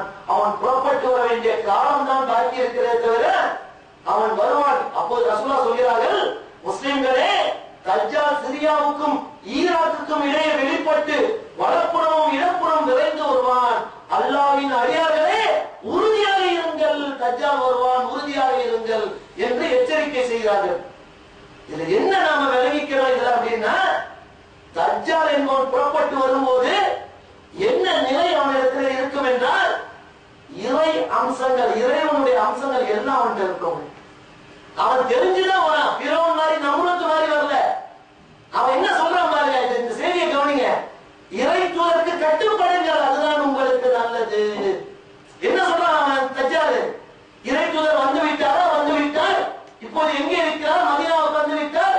அவருக்கு நீங்கள் கட்டுப்படுங்கள், அதுதான் உங்களுக்கு நல்லது. அப்ப தஜ்ஜால் தன்னை தெரிந்தேதான் வெளிப்படுகிறான். பிறவன் மாதிரி நம்ரத்து மாதிரி அவன் வெளிப்படவில்லை. அவனுக்கு தெரியல, அல்லாஹ்வுடைய சோதனையாகத்தான் தஜ்ஜால் வெளிப்பட இருக்கிறான். அவனிடத்திலே அனைத்து இறை அம்சம். இன்னைக்கு பார்க்கிறவங்க, சாதாரண ஒரு மனிதர் அற்புதம் செய்து காட்டினால் அவர் கடவுள். எலுமிச்சை பழத்தை வர வச்சு சாப்பிட குழந்தை பழக்கம் சொன்ன அவர் கடவுள். யோகா சொல்லி கொடுத்தா அவர் கடவுள். இப்படி எல்லாரையும் கடவுளாக்கி கொண்டிருக்கிறார்களே. இப்ப பார்க்கணும், இதெல்லாம் தூக்கி சாப்பிடும் வகையில் தஜ்ஜால் வருவாங்க. எந்த அளவுக்கு வருவான்னா, அது சொல்லி காட்டுகிறார் ரசூல் ஸல்லல்லாஹு அலைஹி வஸல்லம். அவன் ஒரு சமுதாயத்தில் வருவான். அவன் வெளிப்பட்டவுடன் ஒரு சமுதாயத்திடம் வந்து, நான் தான் இறைவன், என்னை ஏற்றுக்கொள்ளுங்கள் என்று சொல்லுவான். உடனே அந்த மக்களா ஏற்றுக்கொள்வாங்க. மக்கள்னா நீ தான் இறைவன், அல்லாஹ் ஏற்றுக்கொள்வாங்க. உடனே தஜ்ஜால் கட்டளையிடுவான் வானத் மேகத்திற்கு, இந்த ஊருக்கு நீ மழையை பொழிவி. உடனே மழை பொழியும். பூமிக்கு கட்டளையிடுவான், உன் கனிகளை வெளிப்படுத்து. உடனே வெளியாகும் கனிகள் தான். இதெல்லாம் யாருடைய ஆட்கள்? அல்லாஹ்வுடைய ஆட்கள். இதெல்லாம் யாரு செய்து காட்டுகிறார்கள் பாருங்க. தஜ்ஜால் செய்து காட்டுவானா, உடனே கனிகள் வெளிப்படுமா.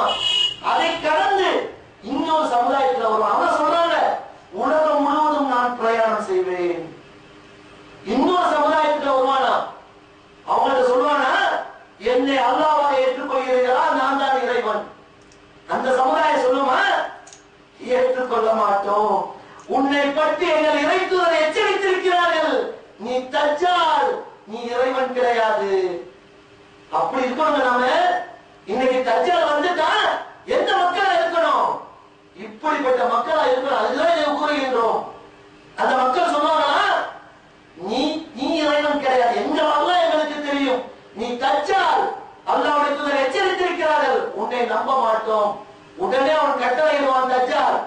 உங்கள் மீது பஞ்சமும் வறுமையும் ஏற்படட்டும். உடனே அந்த மக்கள் பஞ்சத்தால் பீடிக்கப்படுவார்கள், வறுமையால் பீடிக்கப்படுவார்கள். இந்த உலகத்தின் இன்பங்கள்லாம் அவங்களுக்கு எதுவுமே கிடைக்காதுங்க. அந்த அளவுக்கு அந்த மக்கள் கஷ்டப்படுவார்கள். அந்த கஷ்டத்தை அல்லாஹ்வுக்காக ஏற்றுக்கொள்வார்கள். அதே போல எந்த அளவுக்குன்னா அவருடைய கட்டளைகள் மூலம் கால்நடைகள் காலையில மேய போடுவாங்க, வயிறு நிறைய சாப்பிட்டு விட்டு மடி கழுத்தவைதான் மாலையில் அந்த முதல் சமுதாயத்தை திரும்பும். அந்த அளவுக்கு அவனுடைய ஆற்றல் மிகப்பெரிய விஷயமாக இருக்கும். அதே சமயம் அவன் கடந்து செல்லும் போது ஒரு பாழடைந்த மண்டபத்தை, ஒரு பாழடைந்த இடம் ஒன்றை கடந்து செல்வானா. அப்ப சொல்லுவானா, உன்னிலிருந்து புதையல்கள் அனைத்தையும் வெளிப்படுத்து, புதையல்களை வெளிப்படுத்த கட்டளையிடுவானா. உடனே புதையல்கள், இந்த பூமியின் பொக்கிஷங்கள் எல்லாம் வெளிப்படுவாங்க. அப்படின்னு எந்த அளவுக்கு ரசூலுல்லாஹ் ஒரு உதாரணத்தோடு சொல்றாங்க. தேனீக்கள் இருக்கு பாத்தீங்களா, தேன் கூடுதலை தேனீக்கள், அந்த எண்ணிக்கை நம்ம எண்ண முடியுமா? தேனீக்கள் எத்தனை எண்ண முடியுமாங்க? எவ்வளவு இருக்கும்? நிறைய இருக்கும். அந்த தேனீக்களிலேயே ராணி தேனி என்று ஒன்று இருக்கும். அதைத்தான் பின்பற்றி எல்லா தேனீக்களும் செயல்படும். எப்படி அந்த ராணி தேனியை மற்ற தேனீக்கள் பின்பற்றி செல்லுமோ, அதே போல தஜ்ஜாலை பின்பற்றி அந்த செல்வங்கள் வெளிப்படும். அவை பின்னாடி வந்துகிட்டே இருக்குமா. அவன் உலகம் முழுவதும் பிரயாணம் செய்யும் போது பொக்கிஷங்கள், அவ்வளவு பொக்கிஷங்கள், உலகத்தின் இன்பங்கள் அவன் அப்படி பின்னாடி வந்துட்டே இருக்குமா. யாரெல்லாம் அவனை இறைவன் என்று ஏற்றுக்கொண்டார்களோ எல்லாருக்கும் வாரி வாரி கொடுப்பான். அப்போ ஒரு நபித்தோழர் கேட்கிறார், அந்த ஹதீஸை கேட்டுக்கிட்டே வராது, இந்த செய்தியை கேட்கிறாரு. அல்லாஹ்வுடைய தூதரே, தஜ்ஜால் இடத்திலே நிறைய உணவுலாம் இருக்குமாம்ல, கேட்டவங்களுக்கெல்லாம் வாரி வாரி கொடுப்பாராம்ல என்று கேட்கும்போது அல்லாஹ்வுடைய தூதர் சொல்கிறார்கள், உணவு என்ன, உணவு பெரிய விஷயம், இதை விட பெரிய பொக்கிஷங்கள் அவனிடத்திலே இருக்கும். அந்த பொக்கிஷங்களுக்கு ஆசைப்பட்டு மக்கள் அவனை கடவுளாக ஏற்றுக்கொள்வார்கள். நன்றாக கவனிங்கள் செய்தியை. இன்றைக்கு பார்க்கிறோமா இல்லையா அந்த செய்தி, இந்த மாதிரி விஷயங்கள் எல்லாம். தஜ்ஜால் என்ன வரல, தஜ்ஜாலை போன்ற நிகழ்வுகளை இன்றைக்கு பார்க்கிறோம். அந்த பொக்கிஷங்களுக்கு ஆசைப்பட்டு தஜ்ஜாலை கடவுளாக ஏற்றுக்கொள்ள முடிந்து விட்டது. எண்ணெய் வைப்போர்தான் இல்லையா பாருங்க. அதே போல ஒரு இளைஞனை வரவழைப்பானா தஜ்ஜால், கூப்பிடுவானா, அவரை வெட்டி கொலை செய்வானா, உயிர் கொடுத்து எழுமானா உயிர் பெற்று வருவான். இதெல்லாம் ஒரு எலுமிச்சப்பழம் கொடுத்தா, வர வச்சு கொடுத்தா கடவுள் ஏற்றுக்கிறீங்களே, இதை விட ஒரு பெரிய அற்புதம் வேணுமா? அல்லாஹ்வுடைய அத்தனை வல்லமைகளையும் அவன் செய்து காட்டுவான். இறந்தவரை உயிர்ப்பித்து காட்டுவான். ஒரு முறை அவர் சிரித்துக் கொண்டே வருவார். ரசூலுல்லாஹ் என்ன சொல்றாங்க, தஜ்ஜாலிடம் என்ன இருக்கும் என்பதை அவனை விட நான் நன்கு அறிவேன். அல்லாஹ் சொல்லி காட்டுறாங்க. அவனிடத்திலே 2 பெரும் நதிகள் இருக்கும், மிகப்பெரிய நதிகள் 2 இருக்கும். ஒன்று வெளிப்பார்வைக்கு குளிர்ந்த நீராக இருக்கும், அவ்வளவு இன்பகரமான நீராக இருக்கும். இன்னொரு நதி நெருப்பால் தகித்துக் கொண்டிருக்கும். அந்த நீர் சுவையான நீர் வேண்டும் என்று யார் தஜ்ஜாலை நம்பிக்கை கொண்டு அந்த நீரில் போய் விழுகிறீர்களோ, அது உண்மையில் நீர் அல்ல, அதுதான் நெருப்பு. எதை நெருப்பு என்று நினைக்கிறீர்களோ அது நீராக இருக்கும். அவன் சொர்க்கத்தையும் கொண்டு வருவான், நரகத்தையும் கொண்டு வருவான். ரசூலுல்லாஹ் எச்சரிக்கிறாங்க, தஜ்ஜால் சொர்க்கத்தை கையோடு கொண்டு வருவான், காட்டுவாங்க. என்னை அல்லாஹ்வை ஏற்றுக்கொள், வா சொர்க்கத்தை. என்னை மறுக்கிறாயா, நரகத்தை பார். எது வேணும் உனக்கு? தஜ்ஜால் நீதான் அல்லாஹ், சொர்க்கம் கொடு என்று எதை நீங்கள் சொர்க்கம் என்று நினைத்து போகிறீர்களோ அது உண்மையில் நரகமாக இருக்கும். எதை நீங்கள் நரகம் நினைத்து விழுகிறீர்களோ விழுங்கள் தான் ரசூலுல்லாஹ். நீங்கள் 2 நதிகளை பாருங்க. தஜ்ஜால் மட்டும் சொல்லுவான், இந்த குளிர்ந்த நீர் என்னை ஏற்றுக்கொள்ள அதுக்கு போன்னு சொல்லுவான். இது எனக்கு தேவையில்லையா, எனக்கு நெருப்பார்த்து நான் இருக்கிறேன், போய் விழுங்க, அதுதான் குளிர்ந்த நீர். எப்படி எச்சரிக்கிறாங்க பாருங்க. இதான் ஈமான் அசைக்கிற விஷயங்க. தெரியாத இன்றைக்கு இந்த உலகத்தின் தாக்கங்கள் எப்படி, அதுதான் நாம சொன்னோம், உள்ளங்கையில் நெருப்பை வைத்திருப்பது போல இன்றைய தினம் ஈமான். ஈமான் எந்த அளவுக்கு அல்லாஹ் சோதிக்கிறான் பாருங்க. யுக முடிவு நாள்ல அல்லாஹ் வடிகட்டி எடுக்கிறான் முஸ்லிம்களை. யார்கிட்ட ஈமான் உறுதி இருக்கு, யாரெல்லாம் தஜ்ஜாலை நம்புறீங்க, அதனுடைய வடிவம் தானே இன்னைக்கு கபர் வழிபாடு, அற்புதங்களின் வழிபாடு. அதானே அற்புதம் செஞ்சு காட்ட ஒரு கடவுள், இதோட அற்புதங்களை தஜ்ஜால் செய்து காட்ட இருக்கிறான். என்ன நிலைமை பார்த்தோமா, என்ன நிலைமை? அவன் எதை நபி ஸல்லல்லாஹு அலைஹி வஸல்லம் சொல்கிறார்கள், தஜ்ஜாலிலும் தண்ணீரும் நெருப்பும் இருக்கும். மக்கள் எதை தண்ணீர் என்று காண்கிறார்களோ அது சுட்டரிக்கும் நெருப்பாகும். மக்கள் எதை நெருப்பு என்று காண்கிறார்களோ அது சுவை மிகுந்த குளிர்ந்த நீராகும்.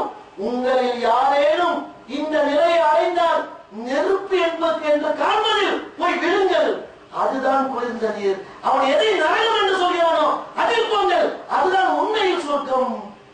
இதான ஈமானுடைய உரசி, அல்லாஹ்வுடைய சோதனை.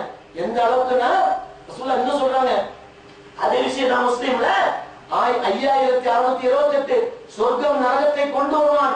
எதை சொர்க்கம் என்று சொல்கிறானோ உண்மையில் அது நரகம், எதை நரகம் என்று சொல்கின்றானோ அது உண்மையில் சொர்க்கம். நான் உங்களை எச்சரிக்கிறேன், நான் உங்களை எச்சரிக்கிறேன். வேறு எந்த இறை தூதரும் இந்த செய்தியை சொன்னதில்லை. சொர்க்கம் நரகத்தின் இந்த செய்தியை வேற எந்த இறை தூதரும் சொன்னதில்லை. என் சமுதாயத்திற்கு நான் எச்சரிக்கை செய்கிறேன் அல்லாஹ் சொல்றாங்க. இன்னும் சொல்றாங்க, அவன் இவ்வளவு தூரம் கொந்தளிப்பான காலகட்டமாக அது இருக்கும். எந்த அளவுக்கு கொந்தளிப்பு இருக்கும்னா, அந்த காலத்தில் அல்லாஹ்வை வழிபடுவது என்பது உண்மையான முஸ்லிம்களுக்கு ஒருவேளை தொழுகை என்பது ஹிஜ்ரத் செய்வதை போல் இருக்கும். அந்த அளவுக்கு கொந்தளிப்பு இருக்கும். ஈமான அசைத்து பார்க்கப்படும். ஒரு நோன்பு என்பது ஹிஜ்ரத்திற்கு நாடு துறந்து அல்லாஹ்வுக்காக செல்வது. நாடு விட்டு சொத்து பத்துகளை விட்டுவிட்டு மனை மக்களை விட்டுவிட்டு அல்லாஹ்வுடைய பாதையில் ஹிஜ்ரத் என்பது சாதாரண விஷயம் இல்லைங்க, மிகப்பெரிய கடுமையான சோதனை. அப்ப ரசூல் ஸல்லல்லாஹு அலைஹி வஸல்லம் சொல்லி காட்டுகிறார்கள், தஜ்ஜால் வாழக்கூடிய இந்த நாட்களை உண்மையான ஒரு முஸ்லிமுக்கு ஒருவேளை தொழுகை என்பது ஒரு ஹிஜ்ரத் செய்வதை போல் இருக்கும். ஒரு நோன்பு என்பது ஹிஜ்ரத் செய்வதை போல், நாடு துறத்தலை போல் இருக்கும். இப்படியெல்லாம் இந்த விஷயங்கள் எவ்வளவு நாளைக்கு நடக்கும்னா, ரொம்ப அதிக நாளெல்லாம் நடக்காது, 40 நாள் தான் இருக்கும். தஜ்ஜால் இந்த உலகத்திற்கு வந்து வெறும் 40 நாட்கள் தான் இவ்வளவு விஷயங்களும் நடக்கும். ரசூலுல்லாஹ் சொல்லி காட்டுகிறாங்க, அந்த 40 நாள் என்று நாம் நினைக்கிறோமே, அந்த 40 நாள் 40 நாளாக இருக்கும். ரசூலுல்லாஹ் சொல்லி காட்டுகிறார், அன்று ஒரு நாள் ஒரு வருடம் போலவும், ஒரு நாள் ஒரு மாதம் போலவும், ஒரு நாள் ஒரு வாரம் போலவும், ஏனைய நாட்கள் சாதாரண நாட்களை போன்றும் இருக்கும். இவ்வளவு கொந்தளிப்பான காலகட்டமாக அது இருக்கும் என்று அல்லாஹ்வுடைய தூதர் தஜ்ஜால் குறித்து நம்மிடத்திலே எச்சரிக்கிறார்கள். நீங்க பார்க்கிறோமா இல்லையா? நீங்க பார்க்கிறோமா இல்லையாங்க? யாரெல்லாம் அற்புதம் செய்து காட்டினார்களோ, யாரெல்லாம் இது போன்ற விஷயங்கள் அல்லாஹ்வுக்கு செய்யக்கூடிய காரியங்கள் செய்து காட்டினார்கள் நாம் நம்புகிறோமா, அவர்களை எல்லாம் கடவுளாக எடுத்துக் கொள்ளக்கூடிய நிலைமை என்று பார்க்கிறோம். உண்மையான இறைவன் அல்லாஹ் ஒருவனை என்ற அந்த ஓரிரை கொள்கையில யாரெல்லாம் உறுதியாக இருக்கிறார்கள். இன்றைய காலகட்டத்தில் மிகப்பெரிய சோதனை, மிகப்பெரிய இந்த உலக வாழ்க்கையில் இன்னும் அல்லாஹ் சொல்கிறார்கள்,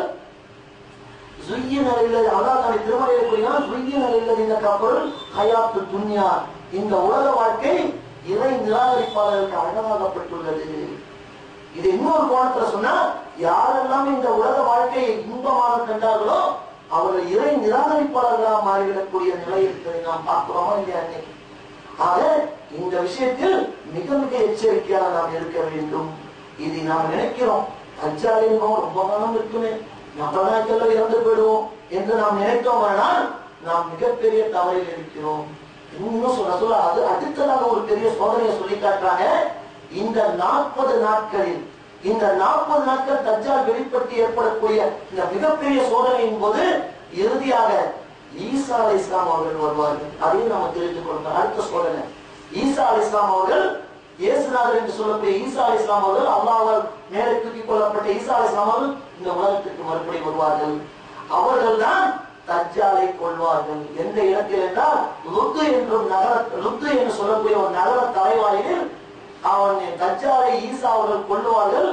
என்ன செய்வாங்கன்னா, கவனியுங்கள், ஈசா அலைஹிஸ்ஸலாம் அவனை கொன்றுவிட்டு அந்த ஒரு சமுதாயத்தை அவன் சோதனை வச்சானே, ஒரு சமுதாயம் என்னை இறைவன் என்று ஏற்றுக்கொள்ளுங்கள் என்று சொன்ன போது, நீ இறைவன் கிடையாது, அல்லாஹ் தான் எங்கள் இறைவன் என்று சொல்லி வறுமையையும் கஷ்டத்தையும் ஏற்றுக்கிட்டாங்க ஒரு சமுதாயம். அந்த சமுதாயத்தை போய் சந்தித்து ஒரு பரிவோடு தடை கொடுப்பாங்க ஈசா அலைஹிஸ்ஸலாம். ஏனென்றால் அவர்கள் வெற்றி பெற்ற மக்கள். அந்த தஜ்ஜாலுடைய பொக்கிஷங்களுக்கு அவன் மயங்கல, உலக இன்பங்களுக்கு மயங்கல, அல்லாஹ் ஏற்றுக்கொண்ட காரணத்தினால் அப்படியே பரிவோடு தடை கொடுப்பாங்க. தடை கொடுத்துட்டு அல்லாஹ் ஒரு அறிவிப்பு செய்வானா, சோதனை முடியல, இன்னொரு சோதனை இருக்கு, தஜ்ஜாலோட முடியல, தஜ்ஜால் கொல்லப்பட்டவுடன் முடியல, அலைஹிஸ்ஸலாம் அவங்க அறிவிப்பானா, இந்த அடியார்களை, இந்த முஸ்லிம்களை, வெற்றி பெற்ற முஸ்லிம்களை அழைத்துக் கொண்டு தூர் சினாய் மலைக்கு நீங்கள் சென்று விடுங்கள். காரணம், நான் ஒரு கூட்டத்தை வெளிவர செய்ய போகிறேன். நான் ஒரு கூட்டத்தை வெளிவர செய்ய போகிறேன். அவர்களை வெல்வதற்கு யாருக்கும் ஆற்றல் இருக்காது. அவர்களை வெல்வதற்கு யாருக்கும் ஆற்றல் இருக்காது. ஆகவே நீங்கள் இவர்களை அழைத்துக் கொண்டு தூர் சினாய் மலைக்கு சென்று விடுங்கள். அங்க போயிடுவாங்க. எந்த கூட்டம்னா யாஜூஜ் மாஜூஜ் என்ற கூட்டம். இன்னைக்கு அவங்க இருக்கிறாங்க. சரி, தஜ்ஜாலை போல யாஜூஜ் என்ற மாஜூஜ் என்ற கூட்டமும் இருக்கிறது. அவங்களும் யாரு? அவங்களும் மனிதர்கள் தான், ஆதமுடைய சந்ததிகள் தான். அல்லாஹ்வுடைய தூதர் சொல்றாங்க, அவர்களும் ஆதமுடைய சந்ததிகள், மனிதர்கள் தான். ஆனால் அவருடைய இனப்பெருக்கம் 1க்கு 1000 இருக்கும். எப்படி ஒரு மனிதன் ஒரு குழந்தை, ஒரு தாய் ஒரு குழந்தை, 2 குழந்தையை மட்டும் தான் பெற முடியும் இல்லையா? யதார்த்தத்தில் ஒரு குழந்தை. ஆனால் யஹூதி மாஜூஜ் என்ற கூட்டம் 1க்கு 1000 இனப்பெருக்கம் இருக்கும். அவ்வளவு பெரிய கூட்டம் இன்றைக்கும் இருக்கிறது.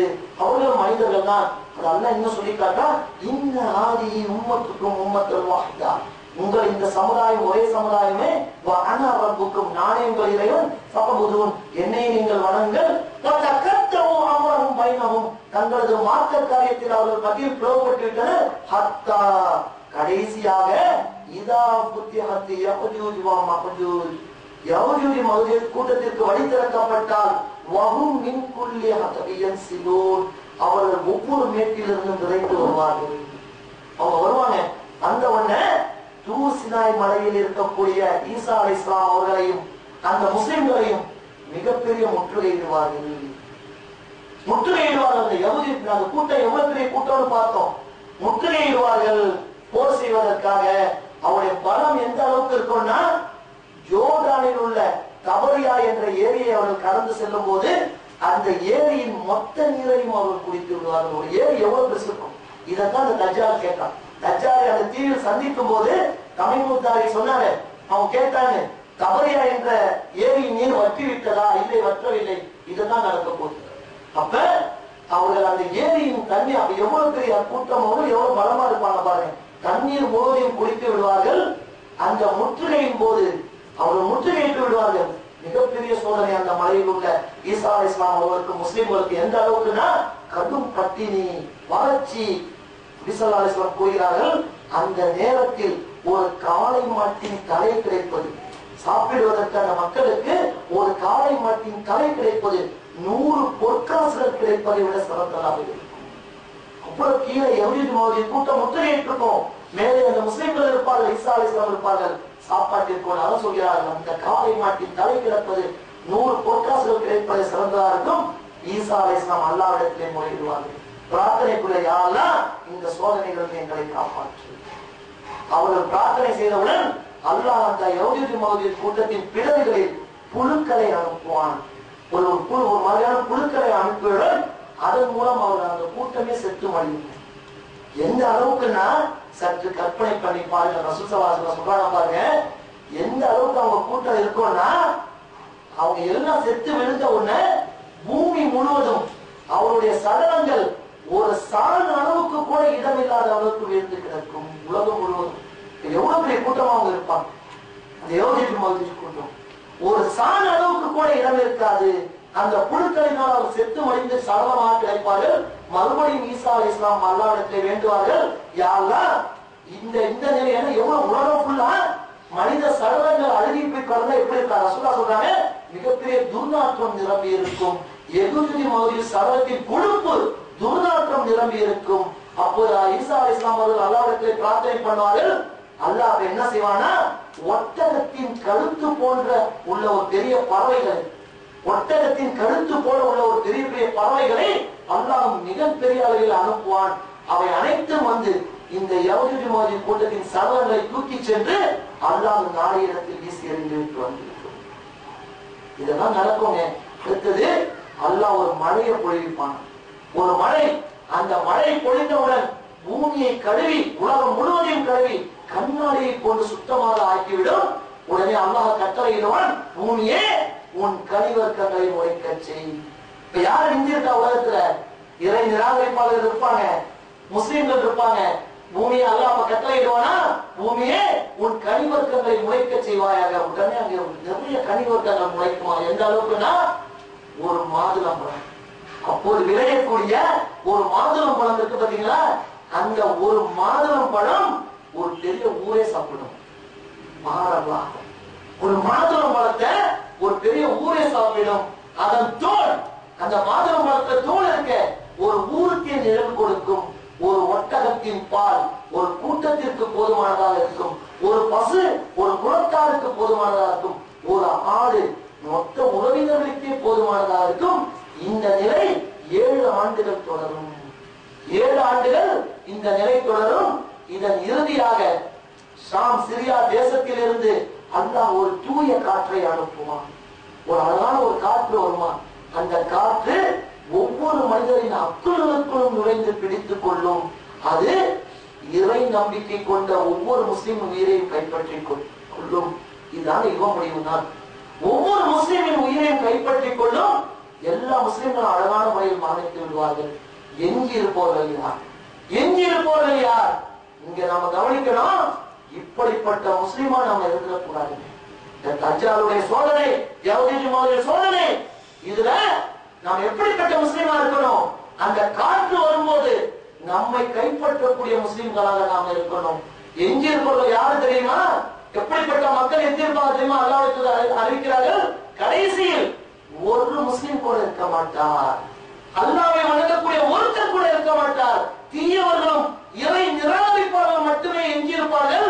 தீமைகளை நோக்கி விரைந்து செல்வதில் பறவைகளை போலவும் குணத்தில் மிருகங்களை மற்ற மனிதர்கள் மட்டுமே இந்த உலகத்தில் இருப்பார்கள். அப்பொழுது எந்த அளவுக்கு அவர்கள் மோசமாக இருப்பார்கள் என்றால், வெட்ட வெளியில் கழுதைகளை போல் ஆண் பெண் உறவில் ஈடுபடுவார்கள். விபச்சாரம் பெருகி வருகின்றார்கள், எச்சரிக்கிறார்கள். ஆண் பெண் வெட்ட வெளியில் குடும்ப வாழ்க்கை நடக்கும், ஆண் பெண் உறவு நடக்கும். இப்படி கேடு கெட்ட மனிதர்களாக இருப்பார்கள். சைத்தான் தோன்றுவான். சைத்தான் தோன்றி சொல்லுவான், எனக்கு நீங்கள் பதிலளிக்க மாட்டீர்களா? சைத்தான் கேட்பான் அந்த மக்கள்கிட்ட, என்ன செய்ய வேண்டும் சொல். சிலைகளை வழிபடுங்கள். கவனிங்கள், உத்தரவிடுவான், சிலைகளை வழிபடுங்கள். சிலை வணக்கம் இன்னும் மேலோங்கும். அவர்களின் அப்பொழுது அந்த நிலையில் அவர்களின் வாழ்வாதாரம் விசாலமாக்கப்படும். அப்படியே உலகம் செழிப்பா இருக்குமாங்க. அந்த மக்கள் சிலைகளை வழிபாடு எவ்வளவு ஆச்சரியமான செய்திகள், நமக்கு படிப்பினை தரக்கூடிய செய்திகள். அந்த சிலைகளை வணங்கும் போது அவர்களுக்கான எல்லா வாழ்க்கை வசதிகளும் தரப்படும். ஏன்னா சொர்க்கம் கிடையாதுல்ல, நரகம் தானே இருந்தது அவங்களுக்கு. அதனால இங்கே எல்லாம் கொடுக்கலாம் போல இருக்கு. அப்ப அவங்களுக்கு வாழ்வாதாரம் விசாலமாக்கப்படும். மிக செழிப்பான ஒரு வாழ்க்கையை வாழ்வார்கள். அனைத்து உலக இன்பங்களும் அவர்களுக்கு தரப்படும். இன்னும் சொல்கிறார்கள், அவர்கள் தௌஸ்குல பெண்கள் துல்கலசாவை அந்த சிலையை சுற்றாதவரை உதவுமுடிவு நாள் வராது. இந்த லாத்து முசாவும் மக்காவிலே அந்த மக்கள் சிலைகளை வணங்கிட்டாங்க. லாத்து சா மனாத் என்ற சிலைகள், அவைகள் மறுபடியும் வணங்கப்படும். ரசூலுல்லாஹ் சொல்றாங்க, அவைகள் மறுபடியும் வணங்கப்படும். இந்த செய்தியை கேட்டுக்கொண்டே வருகிற ஆயிஷா நாயகி சந்தேகம் கேட்கிறாங்க, அல்லாஹ்வுடைய தூதரே, இஸ்லாம் மேலோங்கும் என்று அல்லாஹ் கூறுகிறான். யுக முடிவு நாளில் இஸ்லாம் மேலோங்கும் என்று அல்லாஹ் கூறுகிறானே, நீங்கள் சிலைகள் வழிபடும் என்று சொல்லுங்கள் என்று சொல்லும்போது அல்லாஹ்வுடைய தூதர் கூறுகிறார்கள், ஆம் உண்மைதான், ஆனால் அல்லாஹ் நாடியபடி நடக்கும். சிலை வணக்கம் மேலோங்கும் இவர்கள் மீதுதான், இந்த மக்கள் மீதுதான் யுக முடிவு நாள் ஏற்படும். எது? சூரியன் மேற்கில் தோன்றுவது, மலைகள் பஞ்சாக பறப்பது, வானம் சுருட்டப்படுவது, பயங்கரமான இந்த நிகழ்வுகள் இந்த மக்கள் மீதுதான் ஏற்படும். அந்த அலைக்கழிப்பில், அந்த அமைதியில் இந்த மக்கள் தான் மாட்டிக்கொள்வார்கள். இதில் ஒரு ஆளாக நீங்கள் இருந்து விடாதீர்கள். இறுதி எச்சரிக்கை ரசூலுல்லாஹ் எச்சரிக்கை. இந்த மக்களில் ஒரு ஆளாக நீங்க இருந்துடாதீங்க, பயங்கரமானதாக இருக்கும். எப்படி இருக்கணும்? நாம அந்த காற்று கைப்பற்றக்கூடிய முஸ்லிம்களா இருக்கணும். அதனுடைய அடையாளங்களை நீங்க பார்க்கிறோமா இல்லையா? நீங்க பார்க்கிறோமா இல்லையாங்க? சிலை வணக்கம், கபரு வணக்கம் மேலோங்கி வரக்கூடிய நிலைகள்லாம் நீங்க பாருங்க. அல்லாஹ்வுடைய எச்சரித்தது. இதிலிருந்து ஒவ்வொரு முஸ்லிமும் விலகிக் கொள்ள வேண்டும். அதுதான் உண்மையான ஒரு முஸ்லிமின் வெற்றியாக இருக்க முடியும். சின்ன ஒரு விஷயமாக இருந்தாலும் அல்லாஹ்வுடைய எச்சரிக்கையை நாம் எல்லா விஷயங்களையும் கடைபிடிக்க வேண்டும். இது ஒன்றுதான் அந்த யுக முடிவு நாளில் நாம் தப்பித்துக் கொள்ளக்கூடிய ஒரே விஷயம். அந்த மக்களாக நாம் இருந்து விடக்கூடாது. அல்லாஹ் நாம் அனைவரையும் காப்பாற்ற வேண்டும்.